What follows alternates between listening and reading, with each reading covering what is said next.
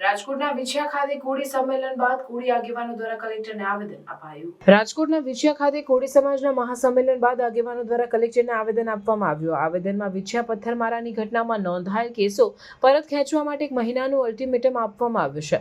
આગેવાનો દ્વારા collector office ખાતે રજૂઆત કરવામાં આવી, જેમાં સરકારને ચેતવણી આપવામાં આવી કે જો 1 મહિનામાં કેસ પરત નહીં ખેંચવામાં આવે તો રાજકોટ કલેક્ટર કચેરી ખાતે ધરણા યોજવામાં આવશે। વિછિયા પથ્થરમારાની ઘટનામાં કોળી સમાજના યુવાનો સામે નોંધાયેલા કેસોના ખોટા ગણાવીને આ કેસો પરત ખેંચવાની માંગણી કરવામાં આવી છે। આ મામલે સમાજના આગેવાનો અને સ્થાનિક લોકોમાં રોષ જોવા મળી રહ્યો છે।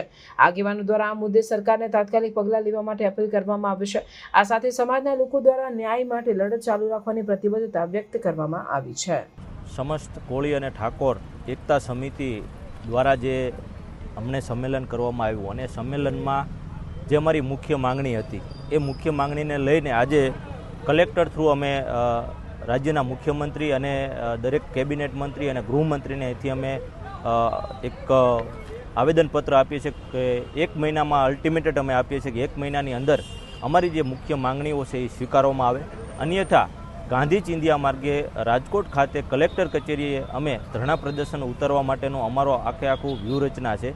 કારણ કે આવડી મોટી વસ્તી હોય અને આટલી બધી જનમેદની થઈ હોય અને છતાં જો હજી સરકારના પેટમાં પાણી ન હલતું હોય તો કંઈક ને કંઈક એવું લાગે છે કોળી અને ઠાકોર સમાજના જે આટલો બધો જન સમર્થન મળે છે પણ કંઈક ને કંઈક હજી પણ સરકાર બેરી અને મૂંગી થઈ હોય। જો અવાજ ન પહોંચ્યો હોય તો અમે લેટર દ્વારા પણ અમે અવાજ પહોંચાડવાનો પ્રયત્ન કરીએ છીએ।